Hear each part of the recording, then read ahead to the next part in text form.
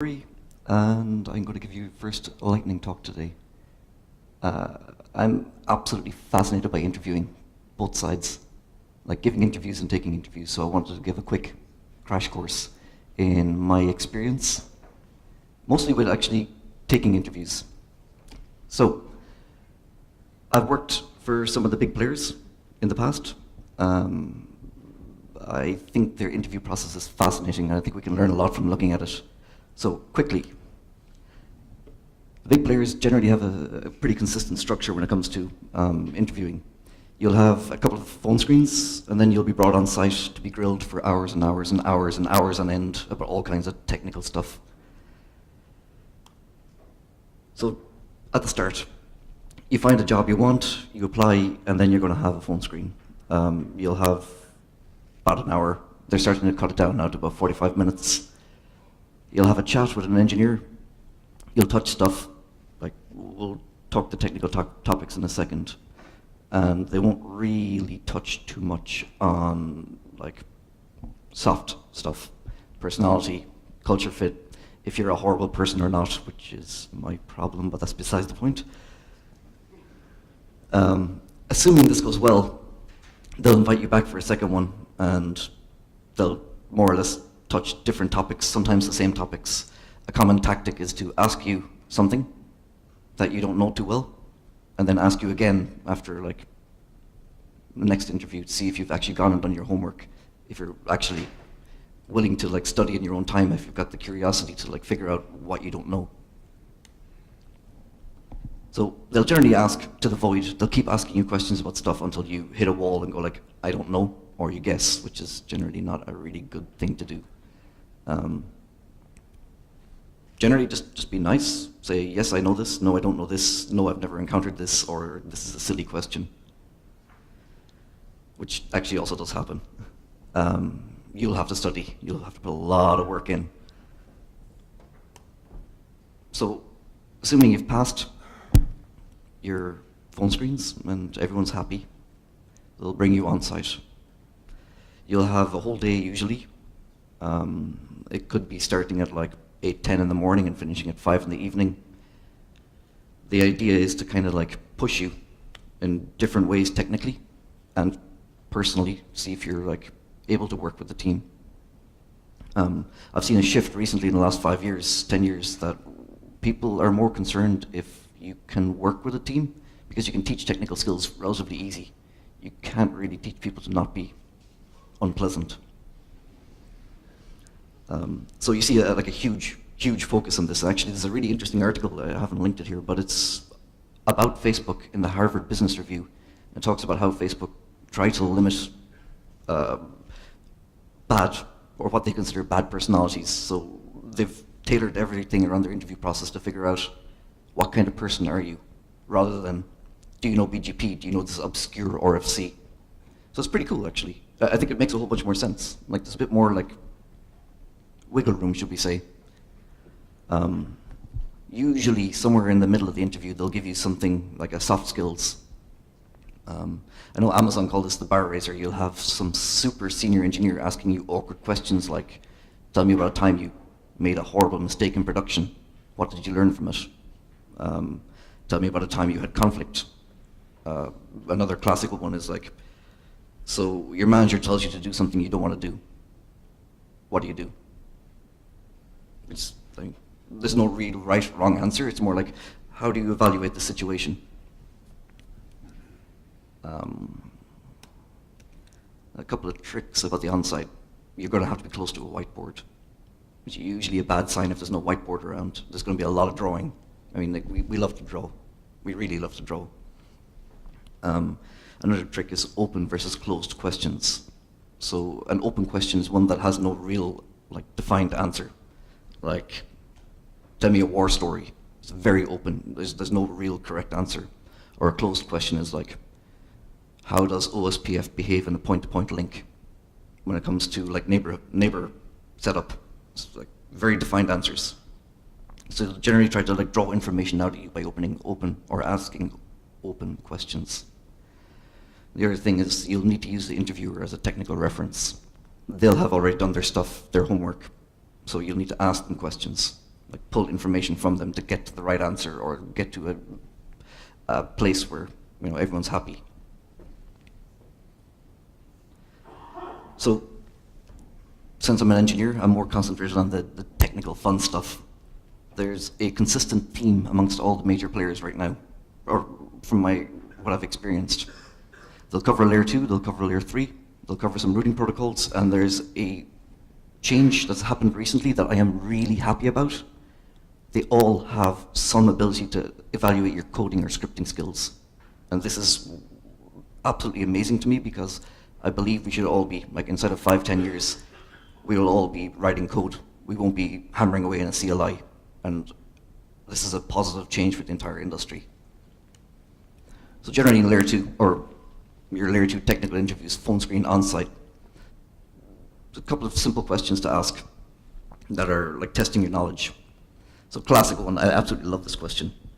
So you have host A, host B, they're connected to a switch, you turn it on, how do they talk to each other? And like, we can go to as much detail as you want, we can be light, but it's basically about like, how does the switch work?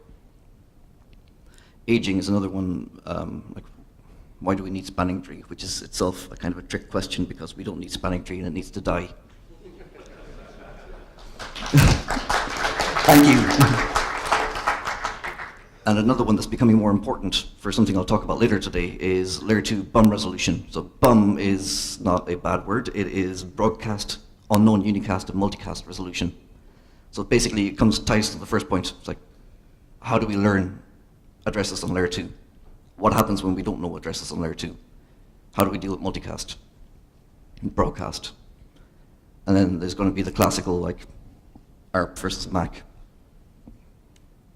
Layer 3 is pretty cool. I mean, I know TCP is layer 4, but it's kind of bumped into the same one. You can talk for as long as you want about TCP, but you'll need to understand how does the network affect TCP, so they'll poke you at how does TCP set up, how does flow control work as in performance, what happens when things break. General UDP, I'm not sure how I feel about the resurgence in UDP. Funnily enough, there's a IETF working group called SPUD, and they want to do UDP as a transport. Google had Speedy, which is like web HTTP over UDP, and we're going to see a lot more UDP in the future, and I don't really like that, but buy me a beer later tonight and we'll talk about that. I was like, why would you pick UDP? And another classical one is hashing, like ECMP, which we have seen a massive increase in the last few years. And the classical one, traceroute. How does like your traceroute differ from like Dublin traceroute or a Paris traceroute? And the routing protocols. This is basically all they're going to ask anymore. Distance vector seems to finally be dead as well. You will never see RIP, thankfully. And EIGRP is just a horrible joke, but again, buy me a beer and we can talk about that at length. So it's basically link state and path vector. All the questions they're going to ask is going to be like, in the same kind of grouping. How do they form neighborship? What happens at what stage? Next one is the classical one's loop prevention. And in the case of BGP, how do you break loop prevention? Because, well, it's always a great idea to override the routing protocol.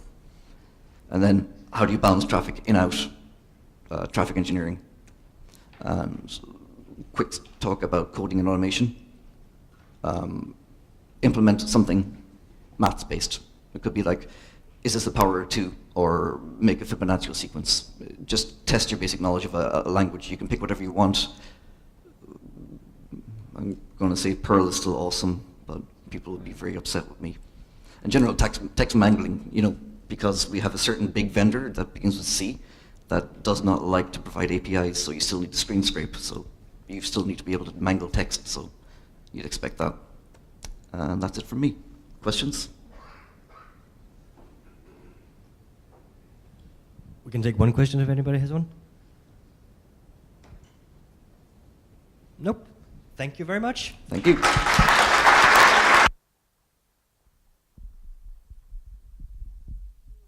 So standing between you and the lunch is the last lightning talk. Rasmus.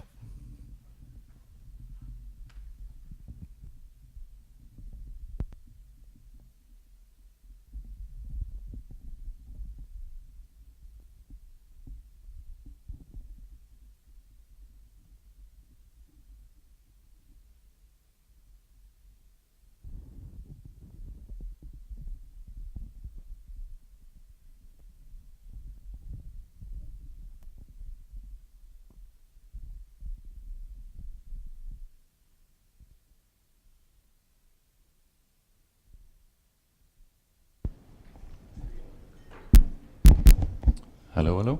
Good.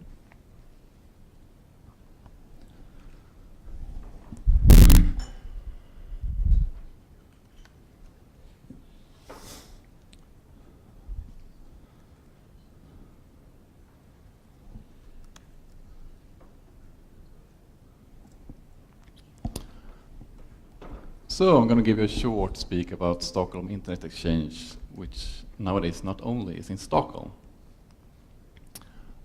First, a short description of me. I've been networking for the last 10 years, network engineer at Interroute, being head of network at Kubrick, been working at Telia, and at the same time I've been the CEO of Stockholm Internet Exchange, working full-time there since I left Telia. You can find me on LinkedIn, IRC Networks, or just send me an email. So just a short, brief info about sticks. And that's how you pronounce it, by the way, in English, sticks. There's been a lot of questions about that. We have about 100 connected networks, 150 gigs of peak traffic, almost 1 terabit of connected capacity, 3 customers with 100 gig ports. We are running 1 IXP in Stockholm, present in 6 data centers there, and all of those are interconnected. We have 1 IXP in Gothenburg, and we're running VXLAN in Stockholm on our Arista gear. So what's so lightning about this then? The Stockholm IXP and the Gothenburg IXP will soon get a sibling, because we're going to launch an IXP in the Öresund region as well. As you can see, we have quite a few of the working titles for that IX. So if you come up with a good suggestion, let me know. It's going to be on both sides of the sea. So we're going to have 1 POP initially in Malmö. Most likely it's going to be 2. And then we're going to be at Interaction and Global Connect in Copenhagen. All of these 3 sites and the future ones as well in the region will be interconnected to each other. So it doesn't matter which one you connect at. And there's going to be free 1 gig and 10 gig ports for the first year, well, up until 2018, basically. And for 100 gig ports, we're going to offer a 50% discount. And we promise you guys that we're going to deliver the cheapest ports in this region going forward. And if you want to look at our current pricing and compare other IXP pricing, not only in this region, but basically worldwide, have a look at peering.exposed, where all of this information is summarized. So how does it work then? I mean, all of these 3 IXPs are a single island. So I mean, if you connect in Copenhagen or in Malmö, you will not be able to pair with a network in Stockholm. At least not for now. When can I connect to sticks here in the Öresund region? Pretty much May or June. We're putting the last pieces together right now, and hopefully we're going to be up and running in May. Contact info there, or grab me later today. I will be here during the day and also during the social, if you want to ask more questions.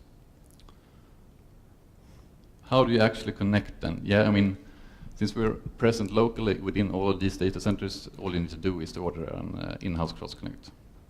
And of course, send us some paperwork. Optics, we're doing the standard ones for 1 gig and 10 gig. We can also do bidirectional optics if anyone wants that, but this is the one that we use for most of our customers at the moment. And of course, there's not going to be any startup cost for this year.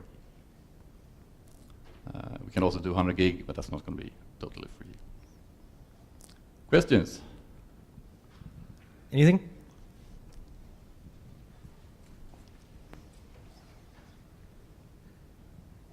Hello, my name is Jan.